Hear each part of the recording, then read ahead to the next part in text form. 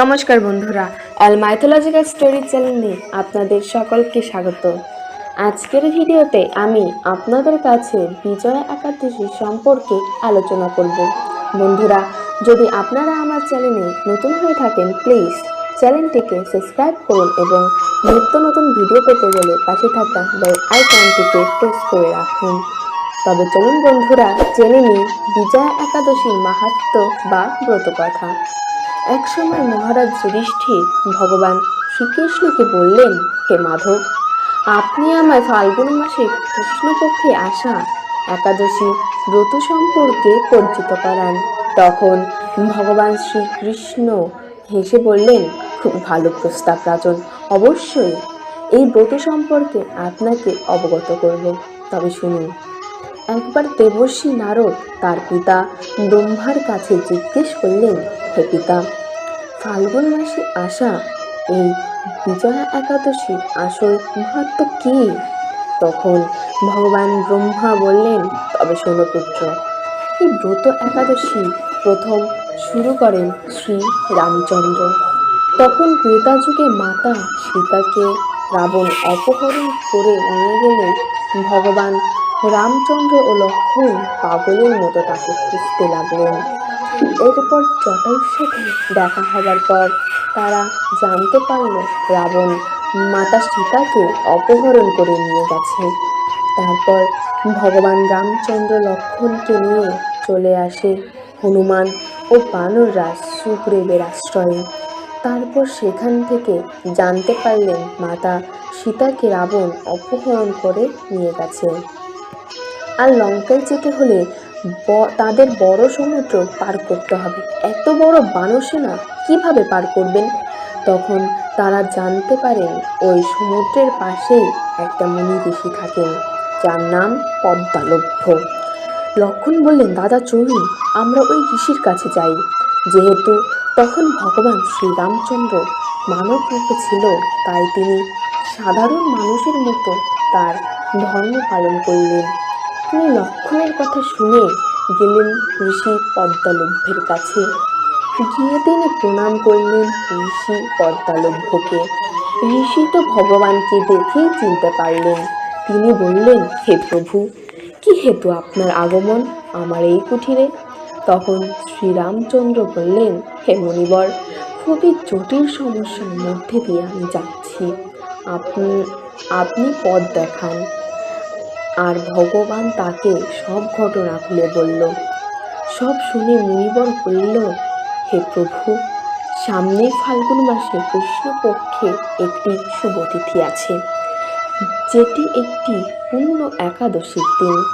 এই একাদশীর ব্রত পালন করলে আপনি আপনার সকল কার্যে সাফল্য লাভ করবেন। একাদশীর আগের দিন অর্থাৎ দশমীতে আপনি ভগবান নারায়ণের সামনে একটি মঙ্গল ঘট স্থাপন করবেন। আর ওই দিন সন্ধ্যার পর আর কোনো আহার গ্রহণ করবেন না। তারপর দিন সেই মঙ্গল ঘটে ভগবানকে আহ্বান করে তার পূজা সম্পন্ন করবেন। সারাদিন হরি কথা শুনবেন আর নিজেকে অনাহারে রাখতে হবে। সারা রাত জেগে নারায়ণের উপাসনা করবেন। এর পরের দিন সেই ঘট নিয়ে নদীর পাড়ে গিয়ে স্থাপন করবেন। তারপর যেই ঘটে পূজা সম্পন্ন করে ঘটটিকে জলে ভাসিয়ে দিতে হবে। তারপর ঘটে নিবেদিত ভোগ দরিদ্রের মাঝে দান করে দিন এবং অন্ন দিয়ে ভোগ তৈরি করে তাদের ভোজন করান। নিষ্ঠভাবে এই ব্রত একাদশী পালন করলে আপনি অবশ্যই একাদশীর পুণ্য লাভ করবেন। রামচন্দ্র সেই ঋষির কথা মতো সমগ্র কার্য সম্পন্ন করেন। নিষ্ঠভাবে ও শুদ্ধ মনে নারায়ণের ব্রত কথা শুনলেন এবং একাদশী পালন করলেন এবং এই একাদশীর পুণ্য লাভ করে রাবণ বধ করে মাতা সীতাকে লঙ্কা থেকে উদ্ধার করলেন। শ্রীরাম বিজয়া একাদশী তার নামের মতো সব কর্মে বিজয় প্রাপ্ত করায়। যে নিষ্ঠাভাবে এই একাদশীর ব্রত পালন করে সে তার যে কোনো অসফল কার্যে সফল লাভ করে। সব শুনে মহারাজ যুধিষ্ঠির খুব খুশি হলেন এবং বললেন, হে কেশব, আমি অবশ্যই এই ব্রত একাদশী পালন করব। তো বন্ধুরা, আপনারা জেনে নিলেন বিজয়া একাদশী ব্রত মাহাত্ম্য সম্পর্কে। এবার আসি কিভাবে আপনারা পালন করবেন বিজয়া একাদশী। একাদশীর আগের দিন আতপ চালের ভাত খেতে হবে। সন্ধ্যার পর আর কোনো খাবার খাওয়া যাবে না। পরের দিন সকালে অর্থাৎ একাদশীর দিন ব্রহ্ম মুহূর্তে ঘুম থেকে উঠতে হবে। তারপর স্নান করে শুদ্ধ বস্ত্র পরে ভগবানের আরাধনা করতে হবে আর নিত্য পূজা সম্পন্ন করতে হবে।